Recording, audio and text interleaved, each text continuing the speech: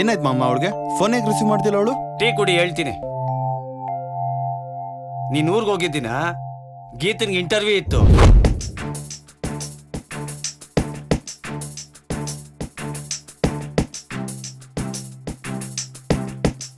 ಕೆಲ್ಸನೂ ಸಿಕ್ತು. ಮಾರನೇ ದಿನ ಕೆಲ್ಸಕ್ಕೆ ಹೋದ್ಲು. ನೆಕ್ಸ್ಟ್ ಡೇ ಸಿಕ್ಕಿ ಮಾತಾಡ್ಸಿದ್ರೆ ಸರಿಯಾಗಿ ರೆಸ್ಪಾನ್ಸೇ ಮಾಡಿಲ್ಲ. ಹರ್ಷನ್ ಕಾಲ್ ಮಾಡ್ದ ಅಂದ್ರೆ ನಾನು ಯಾಕೆ ಮಾಡ್ಲಿ ಅಂದ್ಲು. ಆಮೇಲೆ ತುಂಬಾ ಬ್ಯುಸಿ ಆಗೋದ್ಲು. ಯಾವಾಗ ನೋಡು ಫೋನಲ್ಲಿ ಬ್ಯುಸಿ. ಕೆಲ್ಸದ ಜಾಗದಲ್ಲಿ ಯಾವನೋ ಪರಿಚಯ ಆಗಿದ್ದಾನೆ ಅನ್ಸುತ್ತೆ. 3-4 ಸಲ ಅವನ ಜೊತೆ ಗಾಡಿಲಿ ತಿರ್ಗಾಡೋದು ನೋಡಿದೆ. ಏನ್ ವಿಷಯ ಅಂತ ನನಗೆ ಗೊತ್ತಿಲ್ಲ. ನೀನಾದ್ರೂ ಹೋಗಿ ಮಾತಾಡ್ಸೋ. ನಿನ್ಗಾದ್ರೂ ಹೇಳ್ಬೋದು. ಅವಳನ್ನ ಮೀಟ್ ಮಾಡೋಣ ಅಂತ ಅವಳ ಆಫೀಸ್ ಹತ್ರ ಹೋದ್ವಿ. ಅವಳಿಗೋಸ್ಕರ ಕಾಯ್ತಾ ಕೂತಿದ್ವಿ.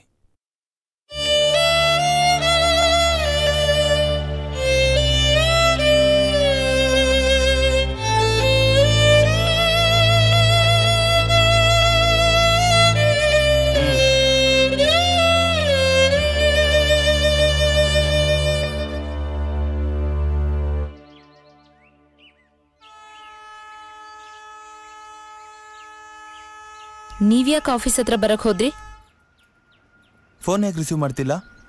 ಮೆಸೇಜ್ಗೂ ರಿಪ್ಲೈ ಇಲ್ಲ. ಹರ್ಷ, ನಾನು ಆತ್ರ ಪಟ್ಟೆ ಅನ್ನಿಸ್ತಾ ಇದೆ. ನಾನು ಇನ್ನೂ ಯೋಚನೆ ಮಾಡಬೇಕಿತ್ತು. ನಿಮ್ಮ ಪ್ರೀತಿನ ಒಪ್ಕೊಳ್ಳೋದಕ್ಕೆ ನನಗೆ ಟೈಮ್ ಬೇಕು ಅನ್ನಿಸ್ತಿದೆ. ಒಪ್ಪಿದ್ಯಲ್ಲ ಗೀತಾ? ಈಗೇನಾಯ್ತು?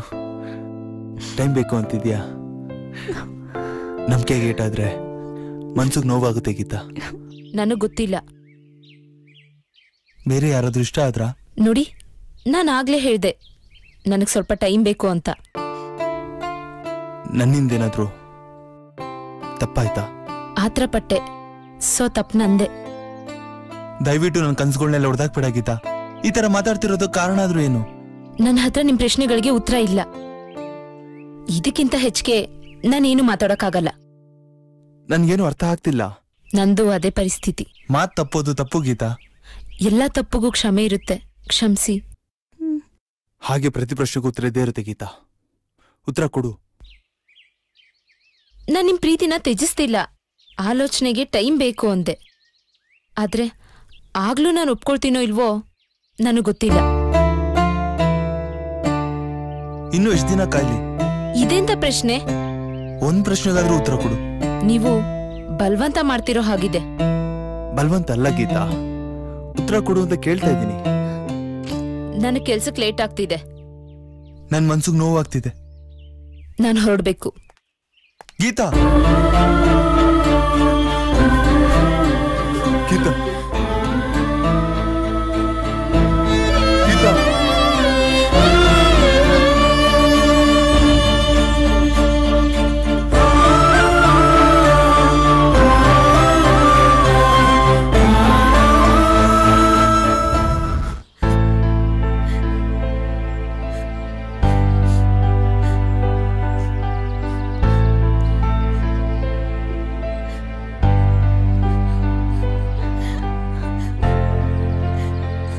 ಮಾಮೂಗೆ ಯಾಕೆ ಅರ್ಥ ಆಗ್ತಿಲ್ವೋ ನಂಗಂತೂ ಗೊತ್ತಿಲ್ಲ. ಅವಳಿಗೆ ಮೊದ್ಲೇ ಒಬ್ಬ ಬಾಯ್ ಫ್ರೆಂಡ್ ಇದ್ನಂತೆ, ಬ್ರೇಕಪ್ ಆಗಿತ್ತಂತೆ. ಆಮೇಲೆ ನಮ್ಮ ಮಾಮೂ ಸಿಕ್ಕಿರೋದು. ಹೊಸ ಲವರ್ ಜೊತೆಲಿಲ್ದೇ ಇದ್ದಾಗ ಹಳೆ ಲವರೇ ಬೆಸ್ಟು ಅನ್ಸುತ್ತೆ. ಆ ಟೈಮಲ್ಲಿ ಮತ್ತೆ ಹಳೆ ಲವರ್ ಬಂದು ಪಟಾಯಿಸ್ಕೊಳ್ಳೋದು ಕಷ್ಟನಾ? ಅಳ್ಬೇಡ ಕಣೋ, ನನಗೂ ಅಳು ಬರುತ್ತೆ.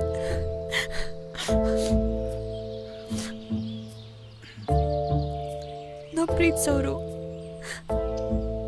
ನಮ್ಮನ್ನು ಒಪ್ಕೊಳ್ದೇ ಇದ್ರೆ ಆ ನೋವನ್ನೇ ಸಹಿಸ್ಕೊಳಕ್ಕಾಗಲ್ಲ.